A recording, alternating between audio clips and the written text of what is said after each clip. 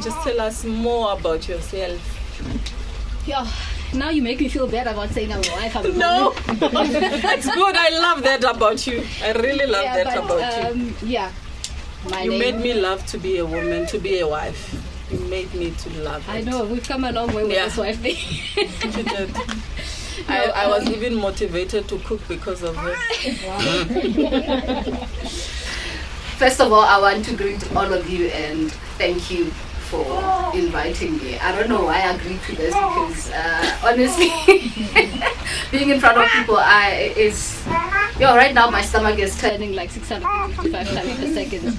So if I start speaking too fast, please slow me down. I have a tendency to do that when I'm nervous. I speak very fast. But yeah, I am MmaMohau now, Libela. I come all the way from Polokwane. I was born in Mokopane, but I grew up in Polokwane. My parents are from Mokopane. I grew up in Polokwane, and I am a happy person. I try to be happy. You don't try, you are a happy person. Let me tell you I'm happy now, but it wasn't always like this. I love life. I don't like talking about what I used to do for a living because that was not a happy period in my life. We want to hear that though. That is funny. But I went to school in University of Limpopo. I studied medical sciences, and then after studying medical sciences, that's when I started working in the whole clinical trial and pharmaceutical industry. I initially started with clinical trial studies, where we used to do all the background information that you get before you get the pill on the table, the studies that happen behind closed doors, patients, and all that. So my background basically is in research, and I also love that a lot of women here are in psychology and in education. That is something that I'm passionate about. I think if I wasn't where I am right now, I probably would have been either a doctor, a psychologist, or a teacher. Yeah. But I think I'm very impatient to be a teacher, because if you want to teach, you need to be patient with people. So probably why I didn't go into teaching, but I love that now I get to teach on the different side of the screen. I don't have to, be in one-on-one all the time with people. So I have learned how to position myself to be in a place where I can share what I need to share without all the other things that prevents me from doing it. Yes. Yeah. So after all the clinical trials and everything, that's when I moved into medicine registration. I think that is where we met. Yeah, when you joined, I had moved already from clinical trials to doing medicine registration, where we basically mainly focus on the process after the clinical trials and everything that has happened. Now the collating of the information in order to produce submissions for the registration of and evaluation of medicines. So that's where I spent the majority of my time. I think 11 out of those 14 years I spent in medicine development and registration. And earlier this year I decided to quit. I didn't quit because I didn't love what I was doing. I think I got to a point where in my life I felt like I wasn't giving my all into the work, because halfway through I started to lose passion for what I was doing because of the environment that I was in. And I think that happens to a lot of us. We don't leave our jobs because we hate our jobs, but we get to a point where we don't identify either with the processes that happen behind closed doors, or we just get to a different stage in our life where what we do for a living kind of impacts on your day-to-day happiness, and it's no longer what you feel like you can do long term. So I didn't become a housewife to 100% become a housewife. It was just a pause for me to redirect my life, and I didn't want to do it while I kept on moving. Sometimes when you're trying to redirect and you're moving, you sort of like miss the mark. So sometimes you need to like take a step back and pause before you move. So I think I'm right now not completely stopped, but I'm in a pause and slowly moving and repositioning myself to where I want to be long term. Okay. And do you know where you want to be now? It's still a work in progress. I mean, I'm only like 6 months out of work. Like, I'm just and it's amazing how quickly time flies. Like, to think that 6 months ago I was still an employee, but it feels like it's a long time ago, but it's actually not that far off. It's just time moves so quickly, and I think now with what I'm doing, it's giving me so many ideas that I'm sort of like having a little bit of a, I don't say a panic, I'm not panicking about it, it's just I'm being paralyzed because there's so much information that is coming in all at once, and then I need to get to a place where I can sit down and properly analyzing everything before I take my next move, because I don't want to go into the next thing only for me to not be 100% fully invested in it. So I want to be well thought out, knowing that going into the next phase of my life, I'm comfortable with the decisions that I'm making now for the future. Yeah, with the content creation, I know you do your motivation. So for those who do not know, what she does is she'll be cleaning or she'll be changing. She does all of that and she shows that. But you always are in the background speaking motivation. You are always like saying something that is a word of wisdom. Was that the plan when you started the content creation? What happened with my channel is I realized that I'm shy on camera. Okay. So, but I know what I want to say. So the words are in my head, but I can't say them on camera. So I can do them on a voiceover. So it was sort of like a solution to a problem. Okay. Right? Yeah. So when you get into the background thing and I'm doing my voiceover, sometimes I do them lying on the bed. And, you get into your comfort space because sometimes when you're in front of the camera, you get so tense. So I had to find my position of relaxation and be able to share what I want to share without worrying about who's looking at me, how I look on camera, am I feeling too hot, am I sweating, and all of those, right? But with my channel, basically it's about home content, right? It's something that I'm passionate about, right? It wasn't a plan that I'm going to motivate people, but I wanted to share what is it that I'm passionate about.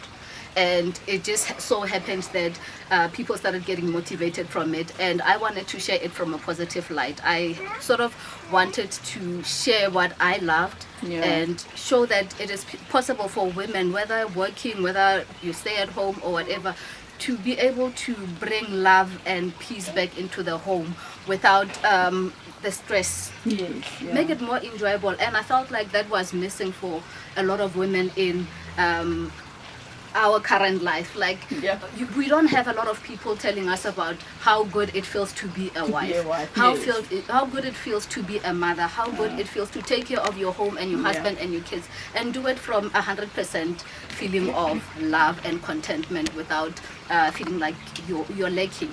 Right? So that's what I wanted to share. But the motivation part of it just comes out unplanned.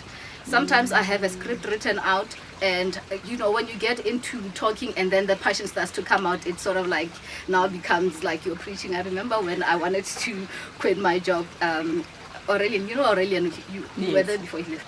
So Aurelian said to me, I feel like you're going to become a preacher after you leave here. I'm like, no, that plan is not to become a preacher, but I think even he identified something in me that maybe for a long time I had suppressed. That those kind of things sort of start to come out because it's actually who you are, and then when you get passionate about something, you sort of put 100% of yourself, then everything just starts flowing, and you can't even stop it sometimes. Like sometimes I have to delete some of the voice note because I feel like, hey, I think we are preaching here and we're supposed to be talking about home. But it wasn't planned that I was going to motivate, to be like a motivational thing. It was just that I wanted to share the passion about how important it is to take care of your home, to take care of yourself, and to take care of your family, and do it with love. And taking care of your home, was it, or is it, are you doing it because you are passionate, or it's because of love? Because you know why I'm saying this? We get into marriage, and it's beautiful from outside, but immediately you get in, then you get to know the real person. So, but you, because like I said, that you motivated me to love to be a wife. So is it because you were passionate about that, or is it out of you saying, I need to make this work? Is it you loving your husband, or you wanted to make it work? Or like, I just want to get the understanding of where does that come from? The love that you have. I think from day one, I've always been somebody who's passionate about family and marriage. From my youngest, I've always wanted to be a wife. I've always wanted to get married. I knew that I wanted to wait until I'm a wife before I become a mother. Like, when you have ideas in your head that obviously they've been planted in my head since I was a kid that you need to get married and have kids and but I identified with that, and I love that about family, right? And I wanted to be in a happy home, and I wanted to be with somebody that I loved, and I wanted to share that. And I think a lot of people now are saying there isn't a lot of happy wives sharing that. And maybe we should start changing that. But there's still that fear that what if things don't work out for me, and then now I'm putting this whole idea out there that life and marriage is perfect. It's beautiful, and you're using the right word. It's beautiful, but it's not perfect. But it's perfect in my eyes. Okay. Right? Yeah. We have challenges that we go through on a daily basis, everything that I've been through. But I still choose to be with the person that I am, and I still choose to be happy in spite of whatever happens. Oh, that's beautiful. And it's easy for people to come in and pick and say, but 1, 2, 3, 4, she's not being honest because 1, 2, 3, 4. I'm not saying it's 100% perfect. I'm saying there is happiness in all of these. And if you have love in your family, if you have love and you believe that this is what God has called us to do, then you do it understanding that it's not that the road is going to be easy. There will be turmoil, but you'll find peace in it. Even when it gets hard, knowing that this is what I'm supposed to be doing. It's not happening to me, it's happening through me. Right? So, I don't know. Are you listening, guys? Or you don't hear this? What I love about you every time is that you, even if we always talk about the challenges of marriage, but you always have that consoling, like the closing remark of it, that even in this hard part, but this is what your responsibility is. I remember when I got married, I felt like everything is just abuse. Like, why do I have to wash? I felt like everything is abuse. Like, why do I have to wash dishes? I grew up washing dishes only. And then in this house, I need to wash dishes, I need to clean, I need to cook, I need to do all of this. And this guy is sitting. Like, what is happening? So, but she made it so beautiful. You made it so beautiful that I felt that when I do it out of love. And every time when I cook, I remember you. I'm like, I'm doing this out of love for my husband. So thank you so much. But I used to be fearful every time we would have conversation, because I can be very direct and too passionate when I talk about it. That I was probably pushing it on you, that you feel like you have to take the abuse. But I didn't want you to take it as abuse. I wanted for you to understand why it's important for you to do it, and why you are called to do this more than any other person that is not a wife. You are in this position for a reason. Right? You need to change your mind and how you think and view it. And the minute you start to change how you view your role as a wife, all of these things become easy. Washing dishes, you realize that there's more to marriage beyond dishes and cleaning, which is much more beautiful at the end of the day. And that whole environment and partnership that you build, though a lot of people don't like to use the word partnership. But you get to a beautiful space through serving. And for you being in the church, and I understand that you understand what serving means. Being selfless, being there when it gets hard for you. It's not always about you. I'm going through stuff, but I still have other people, and that also picks you up even on days when you cannot do what you need to do. You get up and you do it for others, and then in the process you do it for yourself. Yes, that's beautiful. And just on our last question, I just want you to, because you position yourself in content creation, so I want you to let us know, like, how do we start? How do we position ourselves? Like, where do our mindset needs to be? Like, where do we need to start? Because I want to start something, but I don't even know. So how can we position ourselves? Number one is have passion for it. But my passion wasn't in content creation. My passion was in family and home. So not everybody has a passion for content creation. Content creation it's a hustle, it's a struggle, right? But focus where your passion is. My passion is home and family. So I get to do content creation, but my passion is this, right? Which is why a lot of people, I think, struggle when it comes to content creation, because they focus on the content creation part of it.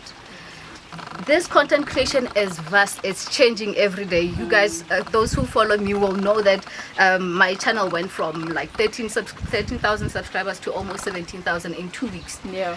And that's because I had to learn the business behind content creation. What you do on front of the screen is just like the small part of it.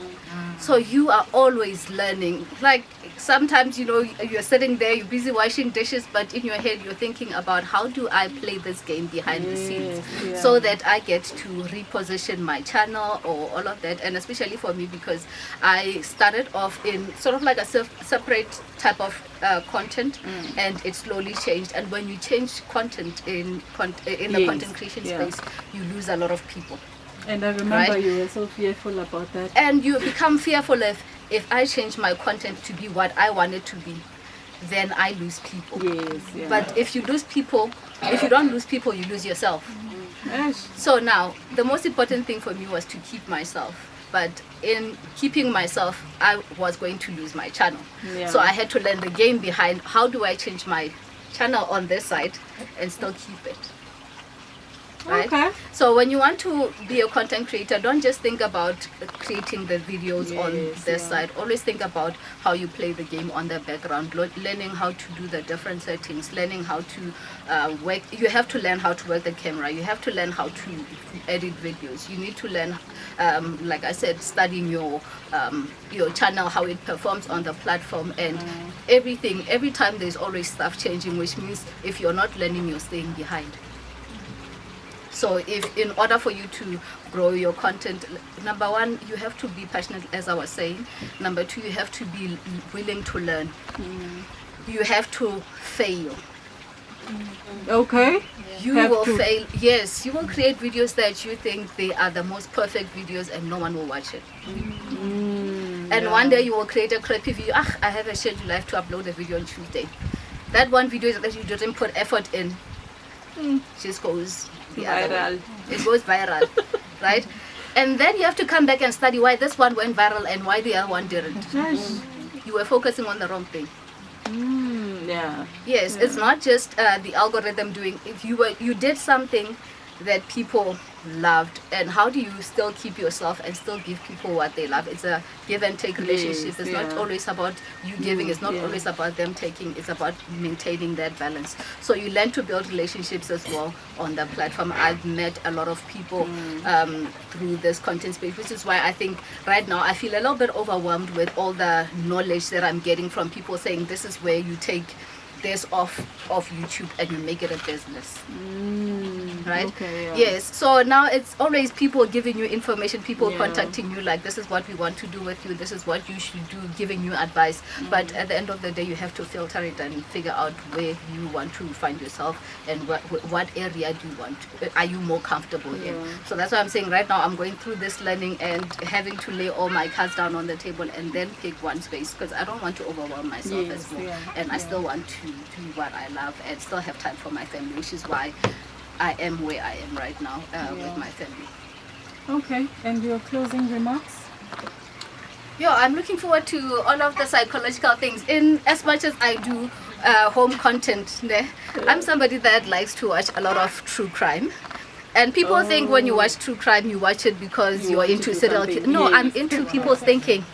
I love to know how people think and why you got to thinking the way that you are thinking, right? So I hope all the what do you call the all of you guys, please do share a lot of information about. I'm intrigued about that, and I'm really looking forward to all of that. And I'm into people in understanding you. Why do you think the way that you do? Because then I think that makes us connect more as people when you understand why you have the thoughts that you have. Just better than judging you based on your thoughts or how you do things. But at the end of the day, if I understand why you think the way that you do, then it makes us better people and makes me better able to support you. If I had judged you when you said marriage is abused, we wouldn't be where we are right now. But because I had to understand that you came from not doing anything to having to do 100% of everything, that is a big leap. And for me, it was a slow climb. right? That's why I was able to support you to get to this, because I understand that you did this. So that's why I'm saying psychology and how other people think intrigues me a lot. And thank you I'm so looking much. forward to that. I don't know if we want to do questions now or we can do them later. Yeah, if anyone has questions, let's just... Doctor. So how do we follow you? I've been searching. I've been searching on TikTok, YouTube. I'm like, Just go to MmaMohau Unchained on YouTube and you will find me there. MmaMohau Unchained. okay, thank you. MmaMohau Unchained on YouTube Thank and on Instagram. I don't share a lot on Instagram, but every now and then I'll post something. It's maps_books. So it's Mabatu. I just broke it down to maps_books. Okay, thank you. Any questions? Yeah, good. Okay. No. I do have a question. Sorry. I do have a question. Do you make money on YouTube? Yes. Okay. So you started monetizing. Tell them how are you? Well, when it comes to monetizing, there's a criteria that you need to meet before you get paid, right? So 1,000 subscribers or 4,000 watch hours, and you start getting paid, and you make good money. I don't want to lie. No, I mean when did you make the money? No, I posted my first video on the 18th of March, 22nd of March. Yes, this year. And I got monetized, I think, the 14th of April. You see what I'm talking about? This is the people. And all you need is just one video to make it. That was like my 4th video.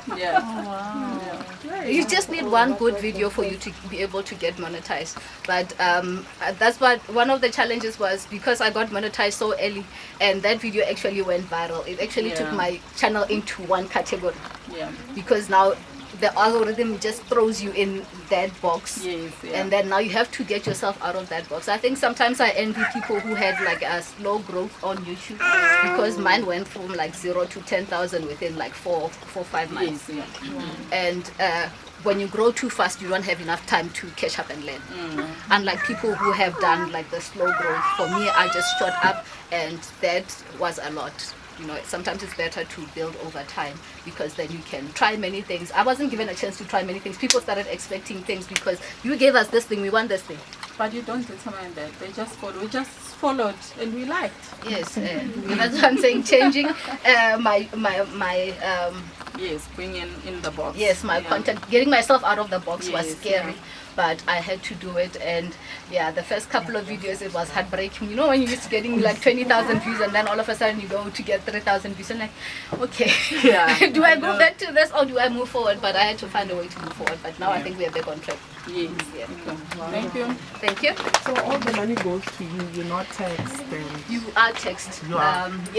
It depends. You can register, like you can create your profile, but in the background you can decide whether you do it as a sole entity or as in your personal capacity. So that will determine the tax bracket within which.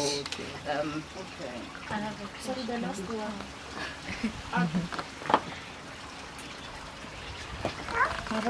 Thank you so much for this, because I'm an academic, and I think people like us, maybe because of the age as well, we think you are supposed to be a teacher or a nurse in order to make a living.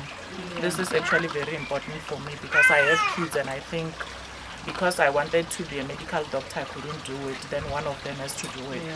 You see, we have that mindset, and I think it's really helping to have a person like you. So I have like more than 92,000 members in my Facebook group. And I use that to advise people on educational matters, especially teachers. So it's actually teachers. So it's called South African Teachers. It's a Facebook thing. So they ask questions, myself and my husband. I had my husband to be an administrator there. So we advise people a lot. Do you think if we can turn this into this YouTube thing, we could make moolah as well. One of the things that a lot of people used to think, and a few people actually said it to me, that we are surprised that you made it on YouTube without having any other platform. Because a lot of people create platforms outside and bring it into YouTube, which is the quickest way to make it on YouTube, because YouTube has a lot of people, right? And a lot of people, I think the other day they were talking about studies on how many people actually get monetized on YouTube, and it's actually less than 2% who are actually getting paid. People do get monetized, but most of them don't get paid because they don't get the right type of views for their channels to be pushed forward. But if you come from a different platform, people who have platforms outside of YouTube, it's easier and quicker for them to succeed. I was lucky. For me, I don't want to lie, I was actually lucky that I shot up that quickly. It's rare. It doesn't happen that often. Even a lot of people today still remind me that, remember, you are one of the few. But I didn't realize that I was one of the few. And when I started, actually, my plan was to hopefully be monetized by next year. I didn't expect it to happen within like a month. So my plan was for next year to be monetized. So if you're coming from a different platform, you're coming from already a positive, because you can easily redirect, you share your links. I had to go and reopen my Facebook that I had closed like 10 years ago, in order for me to be able to share links for my videos for people to hopefully somebody who will see me from that side will come back into YouTube and come watch me, and it did help. I saw a difference when I started sharing my videos on my WhatsApp. I started sharing my videos on my Instagram. I started sharing videos on my Facebook. But over time, people start sharing videos on your behalf. Because now, when you get your analytics and it says like for a video, like 40 people shared your video, I'm like, I don't even know those 40 people in my life. Like, who are sharing my video? But people will honestly share your videos, and then you get like 10,000 views, and 5,000 of those are from WhatsApp. And I'm like, 5,000 people watching me from WhatsApp links. It's people who actually value your content, and they share the links on their WhatsApp status, and they do come and YouTube will show you. I think we had a question. Yeah, I wanted to ask, is it expensive to start? Like, if you really want like good quality, is it expensive? I'm still working from my phone and a microphone that is like less than 1,000 rand. And when I started with like my old iPhone, which had like a cracked lens, and you have to find a way to position it so that it doesn't catch that reflection of that cracked lens. But it's really not expensive. All you need is memory on your phone and know how to work the lighting. I didn't even have a light. I think I only started having a light like probably like a month and a half ago. I wasn't like, I used to use like just that 400 rand ring light. But over time, here and there, you start to invest in like small pieces that over time add on to your platform. But you don't need a lot. You just need a phone, you need a microphone, and then a tripod to hold your camera for times when you want to talk or you want to do something and you're not holding the camera. But that's all that you need: microphone, tripod, and a ring light. That's it. And most phones now have editing software. I still use iMovies. I tried other apps. I know you've recommended a few, but I find them so frustrating because now I have to move the information from my phone to the next. But if I have it on my phone, sometimes I'm sitting there watching TV and the TV is boring. I'm busy editing my video while we're driving from here to Limpopo, and my husband is driving because he listens to music that I don't want to listen to. I'm busy editing a video. So from here to Limpopo, I've already done my video editing, so I'm done. So I love the phone because of convenience, but I would love to try other platforms to edit like different softwares, and also it enhances your content, because different platforms offer different ways of being creative with your content. So it's nice. Okay, just the last question. We'll do the networking, so you can ask as many questions as you want, so that we can MmaMohau, like, you know, when we are in church, normally when they teach about businesses, how to start your business, you feel the pressure, I need to start now, you know, because when you leave church you feel empowered. But for you, yes, now we are engaging in a different setup, and I value the fact that you worked as a medical something for 14 years, and you are a black person, black woman. What was the mindset in the household when you said, now this is it? I'm resigning, I'm going to start. Because I'm not gonna lie, I'm also in that crossroad. I've been for, I think, for 4 years saying I will, but I've reached that point where now I've told my husband 2 years I'm gone, I'm done, because I need to be settling debts, the ones that you need to pay off because of the salary. So you get into that position because you've paid your debts, or it's because enough is enough, or maybe the passion is too much. Like it's burning you.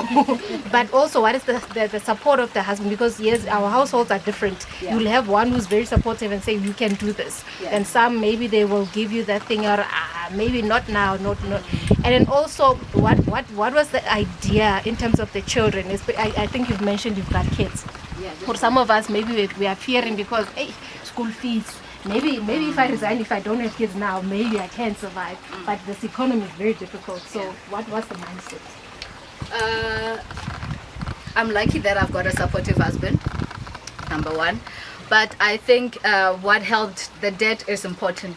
I think you know my story. But we've done the debt payment a long time ago. We've had challenges where we had to really start from zero, right? And from that, I think we've basically lived almost debt-free. It's not possible to live debt-free, but we've lived debt-free because of that for a period of almost 10 years now. I'll say about 8 years. I'll just put it under our marriages. For like the last 8 years, we haven't really had debt besides the car and the house because of that experience that we had. So I was lucky because 5 years ago, remember when I got my promotion, I was already planning to leave then. Yes. I wanted to quit then because I was like, no, I'm not doing this for the next, I don't know how many years. And my husband then said, you can leave, right? But the problem is now we got a new house, which cost more, and then we had a child. And he said, no, you can't leave now. You had a chance to leave, you didn't leave then, but now the situation has changed. So now, because I'm not working anymore, we have to review things like school fees. School fees is expensive, especially in our area.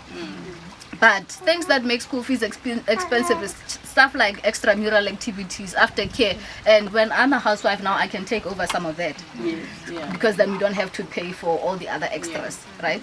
But having a supportive partner is important. Having a debt-free life, which is impossible, almost impossible, but it's possible if you learn to live within your means. And I'm glad that we went through our challenges when we were still small, right? Because now when we got to the big part, we started playing in the big leagues, already we had learned about debt and the devastation of debt, right? So for the past 8 years, my husband and I, we've really been paying for a house and a car, and everything else is fine. And being a black person, I don't think that has ever been a disadvantage for me. And I would like to say that a lot of people think that white people are the ones preventing us from proceeding in life. I would like to say a lot of white people have actually helped me get further in life. And if you get over your hurdle of seeing color, it opens so many doors. And I've had people on my channel commenting stupid stuff like that. Why are you always supporting the white man? I'm like, I wouldn't be here if it wasn't for the white man who helped me. But I'm not saying that every white person is responsible for my success. But if you look beyond the physical and you start to engage with people on a different level and you stop seeing color and gender, basically there are no hurdles, because a lot of us tend to believe that color and gender is a stumbling block, and there is no limit to what you can achieve. If you want to do it, there is a way. Find a way. And if it matters to you, you will find a way. But if you want to quit, you can quit. You can quit. No. No, the follow-up was on when I said as a black woman or black person, like she mentioned a lot of this family that. So some of us, I've got to take care of my brother. I'm married. Yes. I've got 2 younger brothers. I've got, Yes. And also it's also a personal gift that I'm a giver. I don't want to succeed alone.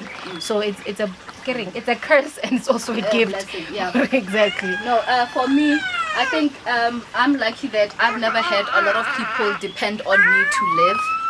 Right? The people that I was helping was out of my own goodness, but I had people that were on to pay at the end of the month, but it wasn't because I had to, it's because I wanted to, right?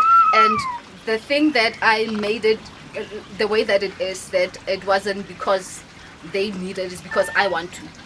that gave me control to say, even when I wanted to leave, I can do so freely. I can disconnect and they will continue, because it wasn't for them to decide on how much I give. It was for me to decide this is enough for me, and then the rest I give. Even now that I'm making a little bit more money on YouTube, then I've gone back. Some people have come back on my payment, and it wasn't a negotiation or a discussion. All of a sudden, just see payment coming in, and on a month when it's not going to come in, it's not coming in. So it's about supporting people, but always having enough for you. And I think some people take giving to a point where you start to struggle, and then the next thing you blame God that God is not giving you enough. God gives you enough, and it says give, but always have something enough for you. So, but unfortunately, black tax is a real thing. But if you don't fill your own cup, how are you going to be able to pour into other people? Make sure you are succeeding even while you're giving, so that you never feel like these people are holding you back. So it's always a surplus. Okay, thank you.